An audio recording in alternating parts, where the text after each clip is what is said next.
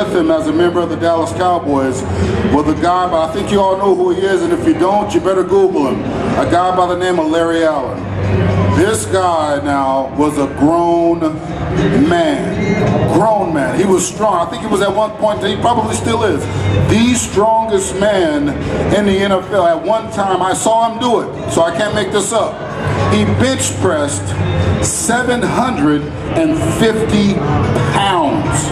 Imagine that. I think on one interception, it might have been against the Packers years ago, one of the safeties caught an interception, had a 30-yard lead on Larry, and Larry went and got him and tackled him to the ground. A big 340-pound guy like that, who was smart, who was strong, who was tough, and didn't take a lot of stuff, if you know what I mean. He was one of the nastiest guys. I played with him, I played against him. Secondly, I would have to go, and this is kind of a different one, Mike Allstott, if you remember him from the Tampa Bay Buccaneers.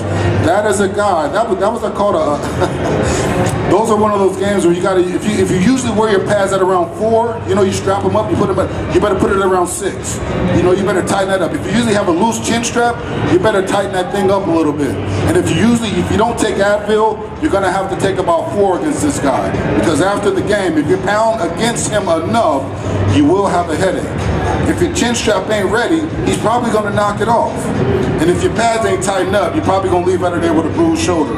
He was that type of back, a very, very physical, strong, and tough football player. Then I think the team that I really hated, I think I can say hate, right, it's cool, that I didn't like a lot, let's rephrase that because there's some kids here, and all you Cowboy fans I think know what team I'm talking about, was the Washington Redskins. That was always personal for history reasons. I mean, that was just one of those rivalries similar to the Green Bay Packers and the Chicago Bears, and similar to a lot of different rivalries in the NFL, which are important and great for the game, but that's just one of those, regardless of records, regardless of, one team can be 16-0, one team can be 0-16. When those two teams play each other, it's always personal. On the field, you hate them. Off the field, you can have a good time, you can shake hands and do different things, but while you're playing against them, you don't like each other, and that's the way it's got to be. In your opinion, what's the likelihood of a lockout? In my opinion, what's the likelihood of a lockout? I don't think there will be a lockout, but I'm optimistic. I think we need football. Do y'all think we need football? We need football. This is what we do on Sundays during football season. We go to restaurants, we sit on the couch, we go to games, we tailgate. That's what we do. We buy apparel, we have our favorite. That's what it's all about. Without football, I don't know what I would do. I would be a miserable cat, man, because that's literally, you know, baseball. I love baseball. It ain't like football. Love basketball.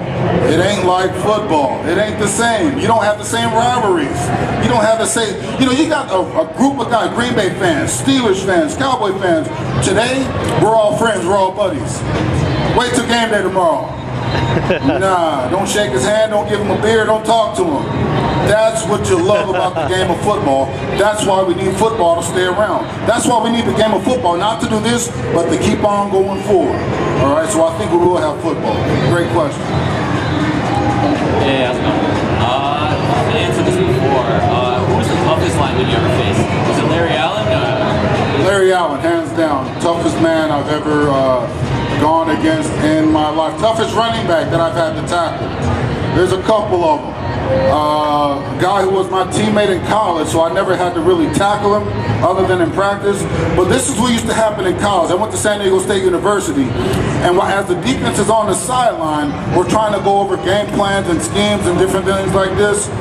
None of that stuff mattered. The entire defense would stand up and see what Marshall Faulk was going to do. And that's one of those things. Nobody cared about what the defensive coaches were talking about. We all wanted to see what number 28 was going to do.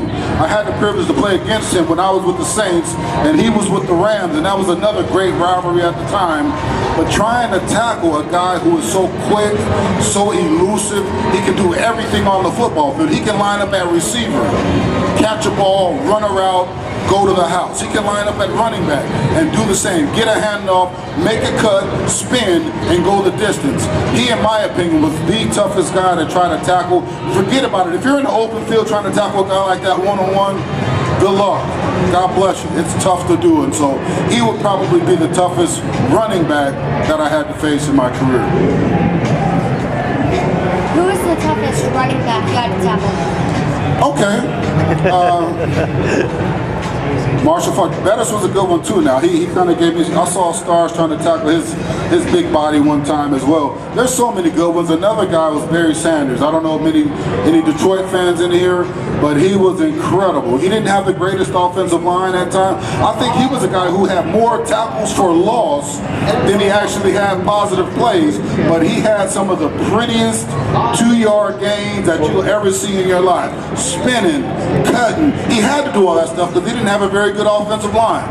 But he was probably the prettiest running back to watch with the ball in his hands. He had some moves where I don't think guys even today can duplicate some of the stuff that Barry Sanders did while he was a member of the Detroit Lions in the National Football League. Very special football player. Any more questions for Leroy? Wait, guys, we've got seats up here too. Some of you in the back want to come sit. There's lots of room up here. Did you play with Charles Haley? I did not play with Charles, but I know Charles personally. And Charles is a funny, great football player, number one. He was a winner. I think he's got a ring for every finger on one hand, which is incredible. But Charles is a funny dude. He's a guy who, I'll tell you one story that I can tell because there are kids around here. Charles Haley, late in his career, would do something that I've never seen another football player do on any level. Charles Haley would come to practice, helmet, shoulder pads, thigh pads, knee pads, and flip-flops. And go to every coach and say, look, coach, I ain't doing nothing today. You probably never see enough, but he can do it.